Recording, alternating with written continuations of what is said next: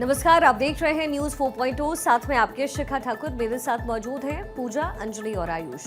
भारत और इंग्लैंड के बीच में बर्मिंघम के एजबेस्टन मैदान पर दूसरा टेस्ट मैच खेला जा रहा है इस समय, और आज मुकाबले का 5वां और आखिरी दिन। हालांकि बारिश की वजह से निर्णायक दिन का जो खेल है वो निर्धारित समय पर शुरू नहीं हो पाया।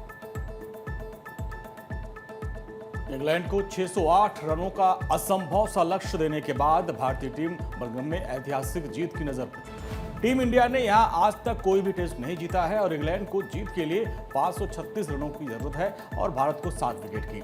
टेस्ट क्रिकेट के इतिहास में कभी भी 418 रनों से अधिक का टारगेट कोई चीज कर ही नहीं पाया। ऐसे में इंग्लैंड टीम मैच ड्रॉ कराने की रणनीति आजमा रही है। हालांकि भारतीय गेंदबाजों के सामने मुकाबला ड्रॉ करना आसान नहीं होगा। चौथे दिन स्टंप्स तक इंग्लैंड ने दूसरी पारी में 72 रन पर 3 विकेट गंवा दिए थे, जिसमें 2 विकेट आकाशदीप और 1 विकेट मोहम्मद सिराज ने लिया। जैक क्रॉली का खाता नहीं खुला। बेन डकेट ने 25 और जो रूट ने 6 रन बनाए। इससे पहले भारतीय कप्तान शुभमन गिल ने 161 रन की शानदार शतकीय पारी खेली और दूसरी पारी में 427 रनों पर भारत ने अपनी पारी घोषित की। भारत के 587 रन के जवाब में इंग्लैंड की पहली पारी 407 रन पर सिमट गई थी और भारत को पहली पारी के आधार पर भी 180 रनों की बढ़त मिली थी। तो एजबेस्टन में इंडिया वर्सेस इंग्लैंड का यह मुकाबला, इसके बाद लॉर्ड्स में टेस्ट खेला जाएगा और आखिरी दिन भारतीय टीम की नजर 7 विकेट हासिल करने पर। इंग्लैंड के सामने एक विशाल लक्ष्य है, बड़ा टारगेट है जिसको हासिल करना लगभग नामुमकिन।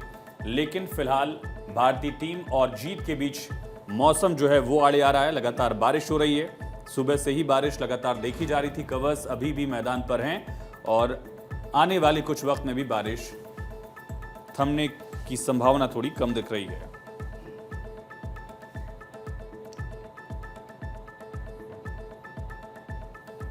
और लंदन से हमारे सहयोगी सिद्धार्थ महान कनेक्ट है। सिद्धार्थ, फिलहाल मौसम कैसा है और कब तक बादल छटने की उम्मीद? जी, मैं यहाँ बर्मिंघम में एक्चुअली एजबेस्टन ग्राउंड के बिल्कुल बाहर हूँ। मेरे पीछे ग्राउंड है। अगर मैं आपको दिखाऊं तो इस समय पे बारिश नहीं हो रही है। मेरे पीछे अगर आप देखेंगे तो बारिश अभी नहीं हो रही है। और इस समय जो वेदर अपडेट है वो भी यही है कि यहाँ पर 1 घंटे के बाद थोड़ी धूप भी निकलेगी और साफ हो जाएगा। एक इससे सबसे अच्छी बात यह है, अभी ओवर्स कटने चालू नहीं हुए हैं। 1-1.5 घंटा अभी है, जब उसके बाद ओवर्स कटने चालू होंगे दिन के। इंडिया के पास पूरा दिन होगा। अगर मैच और बारिश नहीं हुई तो हमें पूरे ओवर्स मिलेंगे इंग्लैंड को आउट करने के लिए। यहाँ का एजबेस्टन में ग्राउंड का ड्रेनेज सिस्टम बहुत अच्छा है, तो उसके कारण ऐसा नहीं है कि बारिश बंद होने के बाद हमें इंतजार करना पड़ेगा ग्राउंड को सुखाने के लिए। माना जाए कि आज का खेल होगा और जिस तरीके से हमारे गेंदबाज फॉर्म में है, सिराज और आकाशदीप, जिन्होंने 3 विकेट लिया, यानी 7 विकेट की हम दूरी पर हैं, तो ऐसे में क्या माना जाए इस मैदान पे भारतीय टीम इतिहास बना पाएगी? क्योंकि अभी तक हमने यहाँ पे कोई मैच जीता नहीं है। उम्मीद है आज? जी बिल्कुल उम्मीद है, उम्मीद से बहुत ज्यादा है। पूरा पैक्ड है। अगर बारिश हल्की सी भी अगर नहीं आई तो आप देखेंगे फुल स्टेडियम भरा हुआ होगा। काफी लोग अभी भी अंदर आ रहे हैं ग्राउंड में। आपको मैं थोड़ा सा और पैन करके अगर अपने पीछे दिखाऊंगा, आप उधर की तरफ देखेंगे कि वहां पर क्राउड अंदर आ रही है अभी भी। जैसे ही उनको ये न्यूज मिली है कि बारिश रुक गई है और मैच शुरू हो सकता है थोड़ी देर में, तो इंडिया के पास तो बहुत स्ट्रॉन्ग चांस है ही। हम यहाँ पर पिछले 8 मैचेस में से 7 मैच हारे हैं। एक 1986 में कपिल देव की कप्तानी के अंदर हमने एक ड्रॉ करवाया था। बहुत बड़ा मौका है। किसी ने भी हमें इस पूरे टूर से पहले एक मैच भी जीतने का चांस नहीं दिया था।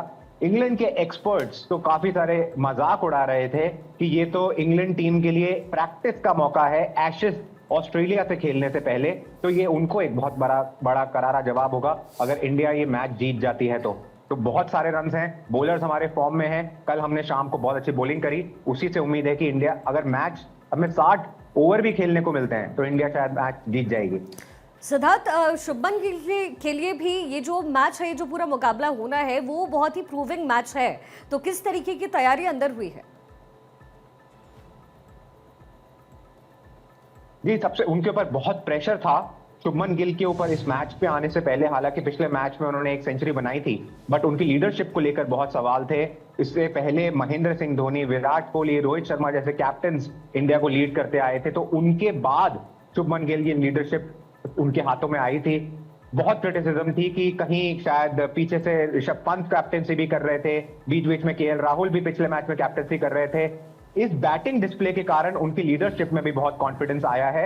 ये दिख रहा है मैदान में कि वो अपनी असर्ट अपना पूरा कर पा रहे हैं अपने डिसीजंस को, और इसी के कारण आप देख रहे हैं जो नतीजे आ रहे हैं वो इसी के कारण है।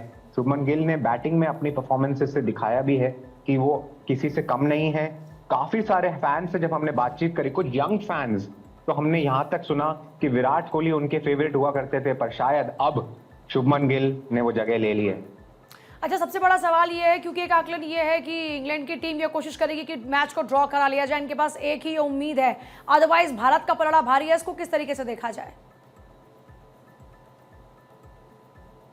जी, मेरे ख्याल से इंग्लैंड की तो सिर्फ यही उम्मीद है कि बारिश जितनी ज्यादा देर तक हो सके उतनी ज्यादा देर तक बारिश होती रहे, क्योंकि मेजर उनका जो रूट है वो आउट हो चुके हैं। हालांकि पिछली इनिंग्स के सेंचुरियन हैरी ब्रुक्स वहां खेल रहे हैं। जेमी स्मिथ जिन्होंने 150 रन बनाए थे पिछली इनिंग्स में, वो अभी आए नहीं हैं। इंग्लैंड के कैप्टन बेन स्टोक्स भी आना बाकी हैं, बट बेन स्टोक्स अच्छी फॉर्म में नहीं है।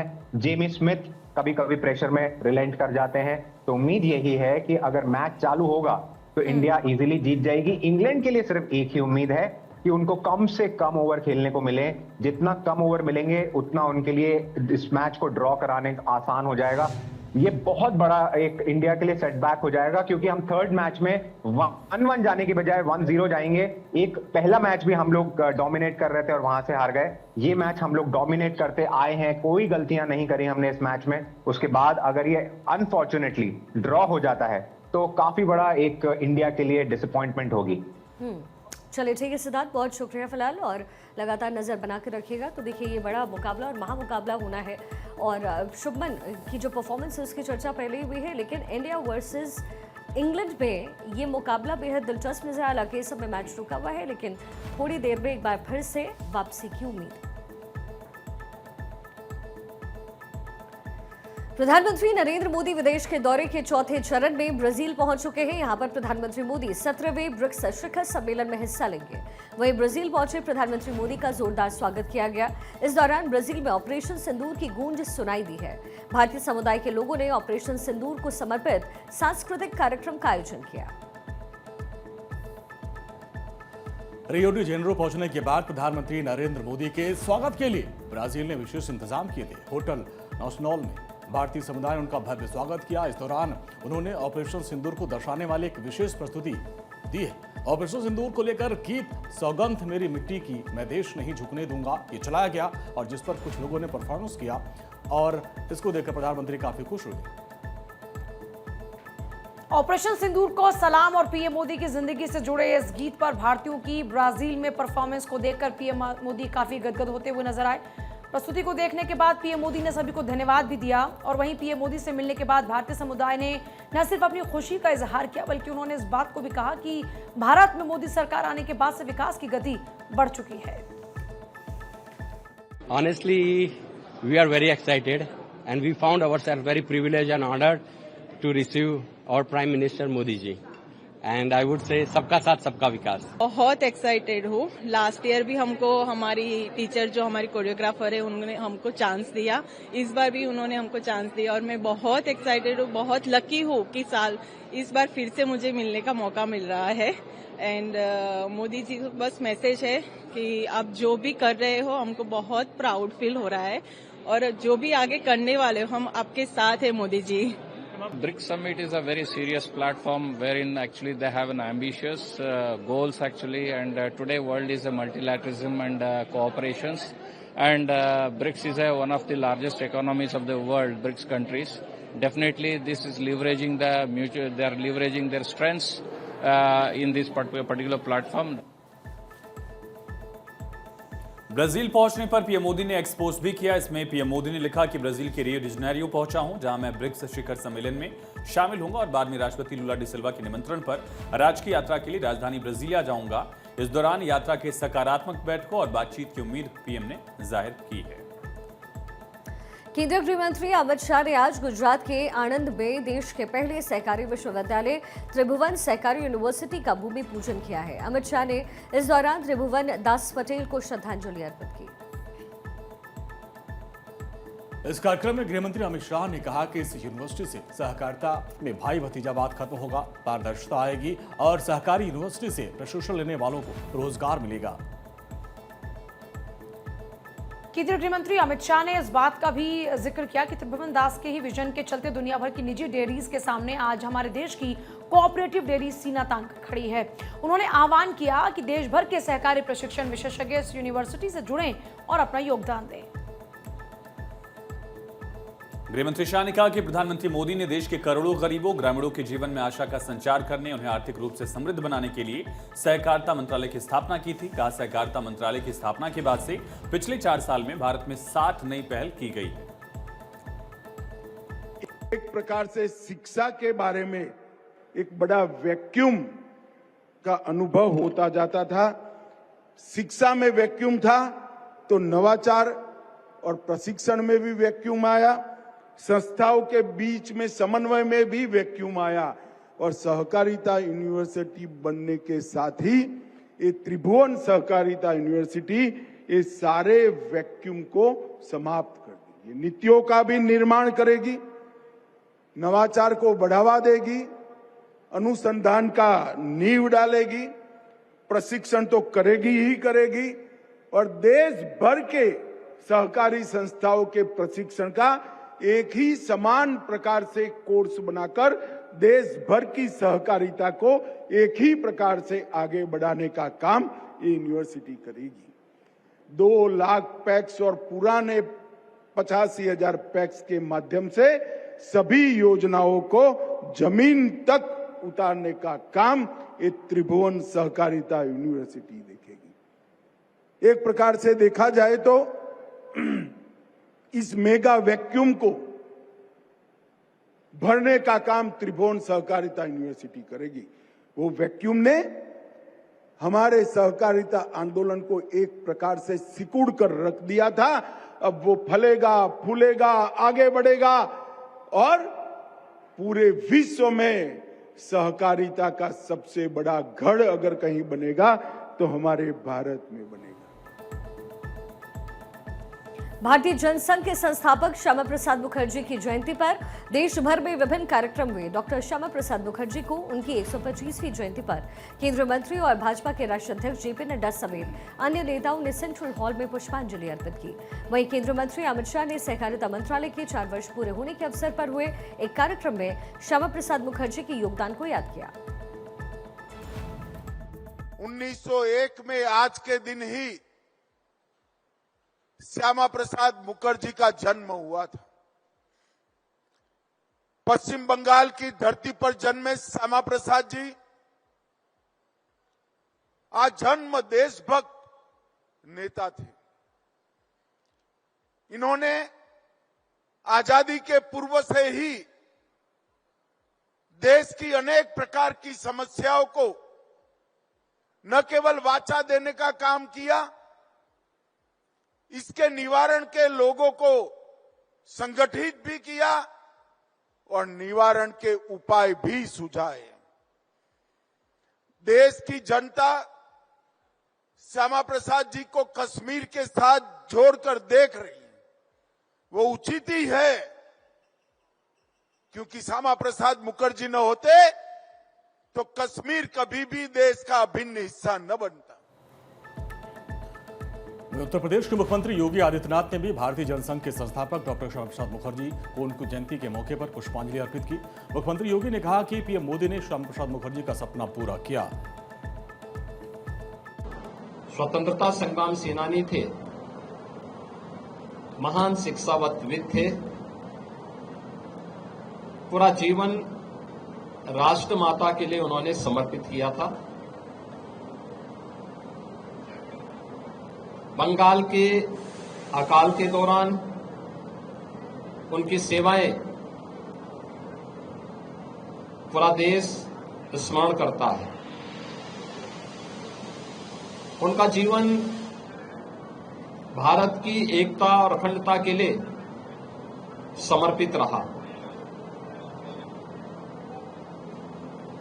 आजादी के बाद पंडित नेहरू के नेतृत्व में बनी पहली सरकार में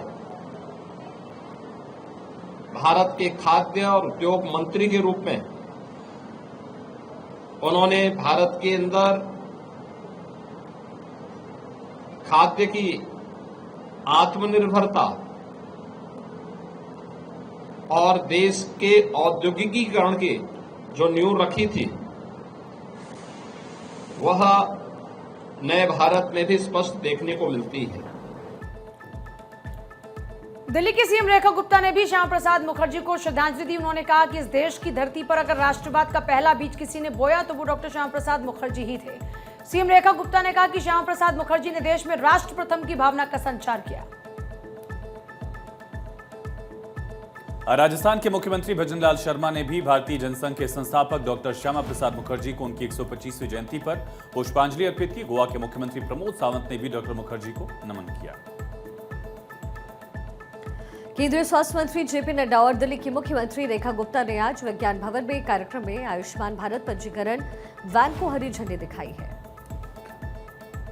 केंद्रीय स्वास्थ्य मंत्री जेपी नड्डा ने कहा कि प्रधानमंत्री आयुष्मान भारत स्वास्थ्य मिशन के तहत केंद्र ने 2021 फरवरी से 2025 के बीच में दिल्ली को 1700 करोड़ रुपए दिए, लेकिन एक पैसा भी खर्च नहीं हुआ और अब जन कल्याण के लिए इस फंड का इस्तेमाल किया जा रहा है। इसकी जिम्मेदारी ली गई है, दिल्ली की मुख्यमंत्री रेखा जी के कंधों पर आ गई है।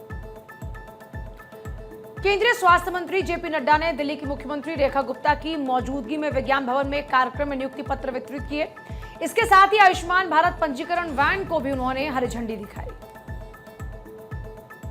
दिल्ली की मुख्यमंत्री रेखा गुप्ता ने कहा कि बहुत ही खुशी की बात है कि दिल्ली सरकार के इतिहास में सालों बाद स्थायी नर्सिंग स्टाफ के नियुक्ति पत्र सरकार की तरफ से बांटे गए हैं। ये भी कहा कि सालों से स्टाफ की कमी के कारण दिल्ली के अस्पताल बेतरतीब चल रहे हैं। सरकार ने इन खाली पदों की भर्ती के लिए अब अपने कार्यकाल के अंदर ही बड़ा प्रयास किया और आज लगभग 1400 नर्सेस को नियुक्ति पत्र दिए गए।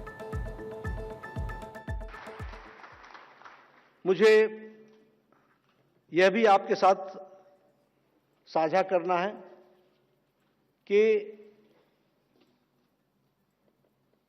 आयुष्मान भारत, प्रधानमंत्री Ayushman Bharat health infrastructure mission, जो 2020-21 से प्रारंभ हुआ और जिसके अंत 2025 के अंत में हो जाएगा, 26 के मार्च में, उसमें हमने 1700 करोड़ रुपए दिए हुए थे। 1700 करोड़ 21 से लेकर के 20 फरवरी 2025 तक एक पैसा नहीं खर्च हुआ और अब ये रेखा जी के कंधों पर बड़ी भारी जिम्मेवारी आई है कि उनको अब 8 महीने के अंदर ये 1700 करोड़ रुपए खर्च करके दिल्ली की जनता के लिए लगाना। देखिए, जब ये CAQM के द्वारा आदेश दिया गया कि दिल्ली में एंड ऑफ लाइफ व्हीकल को पेट्रोल नहीं दिया जाएगा, तभी हमारे मन में लगातार दिल्ली की जनता के लिए चिंता समा गई थी। पिछली सरकारों ने कभी पॉल्यूशन पे काम नहीं किया और उसके कारण से बार बार कोर्ट की लताड़ भी उन्हें पड़ती रही। आखिरी में आके कोर्ट को और NGT को स्वयं निर्णय लेकर के इस तरह के कठोर आदेश देने पड़े, पर अब परिस्थितियां बदल गई है। हमारे एनवायरमेंट मिनिस्टर ने खुद पत्र लिख करके CAQM को ये ज्ञान दिया कि दिल्ली में इस समय इस तरह का कोई प्रोविजन नहीं हो सकता। गुवाहाटी में विजन टू एक्शन कार्यक्रम में सीएम हेमंता बिस्वा शर्मा की मौजूदगी है, सुनाते हैं।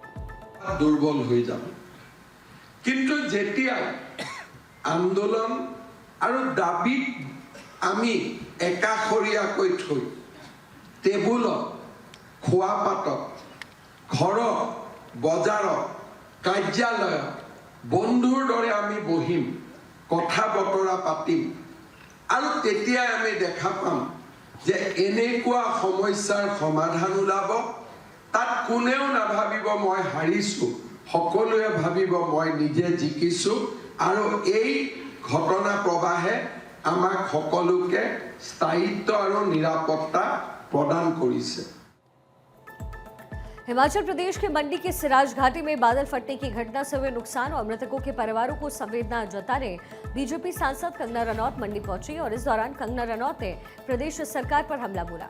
कंगना ने राज्य सरकार पर सवाल उठाते हुए कहा कि अब तक सारी मदद केंद्र सरकार की तरफ से ही आई है, राज्य की तरफ से कोई मदद मंडी को नहीं मिली। सिराज घाटी के थुनाग में सबसे अधिक नुकसान हुआ, जहां 10 लोगों की मौत हुई और कईयों के लापता होने की खबर है। सांसद कंगना रनौत ने बाढ़ प्रभावित इलाकों का दौरा किया। इस दौरान उन्होंने थुनाग इलाके का भी दौरा किया। कंगना रनौत ने हिमाचल के मंडी में मची तबाही के बारे में बातचीत करते हुए कहा कि मैं जो काम कर रही हूं मैं वो जानती हूं, लेकिन ये जो काम कर रहे हैं इसके बारे में मुझे नहीं लगता कि कांग्रेस की सरकार के पास कि वो वापस आ सकती है। ये जो इतना बादल फट गए हैं और कई जगहों पे जो है पानी भर गया है, पानी भरने के कारण जो है लोगों में बाढ़ टाइप एक स्थिति आई हुई है। कनेक्टिविटी सारी खत्म हो गई है, खासकर जिस एरिया में सबसे ज्यादा त्रासदी हुई है, जो सिराज का थुनाग के तरफ के एरिया है, तो उनमें जो है कनेक्टिविटी थी नहीं। लेकिन फिर भी हमारा जो प्रशासन है, हमारी जो सरकार है, वो पूरी नजर बनाए हुए है। ऐसा नहीं होता कि कनेक्टिविटी नहीं है तो हमारा काम जो है वो रुक जाता है। चाहे वो डीसी को लेकर हो, बाकी चाहे स्थानीय अधिकारी हो, उनको लेकर संपर्क बना के रखना और उनको जो चाहे वो राहत को लेकर, चाहे रिलीफ को लेके या किसी तरह की और सुविधा को लेके जो प्रभावित लोग हैं उनसे उनको जो है निर्देश देना, वो सब काम तो हमारा चालू रहता है। लेकिन कनेक्टिविटी का थोड़ा इश्यू था, तो वो आज जिस तरह से रोड जो है फिर से रिस्टोर किया गया है तो हम अब पहुंच रहे हैं। तो देखिए, हिमाचल प्रदेश के मंडी में बादल फटने से कई परिवार प्रभावित हुए हैं। इसी को लेकर कंगना की देर से हुई विजिट को लेकर भी कई सवाल खड़े हुए। इसके साथ ही मंडी के लोगों की नाराजगी भी कंगना को लेकर बढ़ी। वहीं मंडी पहुंचने के बाद कंगना ने अपनी गैर मौजूदगी की वजह के बारे में जनता को बताया और कंगना ने कहा कि कनेक्टिविटी की समस्या और लाहौल स्पीति और मुंबई में अपनी उपस्थिति के चलते वो मंडी नहीं पहुंच पाई। कंगना ने कहा कि वो हिमाचल और मंडी के लोगों के साथ खड़ी हुई हैं। वहीं उन्होंने केंद्र सरकार से हिमाचल प्रदेश के लिए एक विशेष पैकेज की मांग भी की। भीषण बाढ़, भूस्खलन और बादल फटने जैसी आपदा से तबाह हुए सिराज, थुनाग, जंजैहली और मंडी की तस्वीरें डरा रही हैं। कई लोग अभी भी हिमाचल में आए सैलाब के चलते लापता हैं। बचाव राहत का काम भी लगातार जारी है। कंगना के दौरे के चलते इतना तय है कि हिमाचल की सियासत सैलाब के बीच और तेज होगी। चलिए आगे बढ़ते हुए, हिमाचल में आसमानी कहर लगातार जारी है। हिमाचल प्रदेश के चंबा जिले के विधानसभा क्षेत्र चुराह के नकरोड़ चांजू मार्ग में बादल फटने से सड़क पर बना जो लोहे का पुल था वो भी बह गया और सड़क भी टूट गई। लोहे का पुल टूटने से दोनों तरफ से गाड़ियों का जाम लग गया। वहीं चरदा, चांजू, देहरा और बघेईगढ़ समेत कई गांव सड़क से उनका संपर्क टूट गया है। हिमाचल के चंबा और मंडी जिले में बादल फटने से अब तक 5 पुल टूट चुके हैं। चंबा में कंघेला नाले पर बना पुल बह चुका है। मंडी जिले की चौहार घाटी में एक वाहन यातायात और 3 पैदल पुल बह चुके हैं। हिमाचल प्रदेश में 20 जून को मानसून की दस्तक हुई, तब से लेकर 4 जुलाई तक बाढ़, लैंडस्लाइड की घटनाओं में 75 लोग की मौत हुई, 288 लोग घायल हैं। बादल फटने की घटनाओं में सबसे ज्यादा 14 मौत मंडी जिले में हुई। यहां 31 लोग अभी भी लापता हैं। राज्य में आज भी तेज बारिश का रेड अलर्ट है। गोवा के मुख्यमंत्री प्रमोद सावंत ने आषाढ़ी एकादशी के मौके पर भगवान विठ्ठल और देवी रुक्मणी का महाअभिषेक किया। गोवा के मुख्यमंत्री प्रमोद सावंत ने कहा कि आषाढ़ी एकादशी के अवसर पर मैं पूरे देशवासियों को, गोवा वासियों को हार्दिक शुभकामनाएं देता हूं। उन्होंने कहा कि हमारे सांकली का ये विठ्ठल रुक्मणी माई मंदिर हमेशा आषाढ़ी एकादशी के दिन श्रद्धालुओं के लिए पूरा खुला रहता है और भरा रहता है।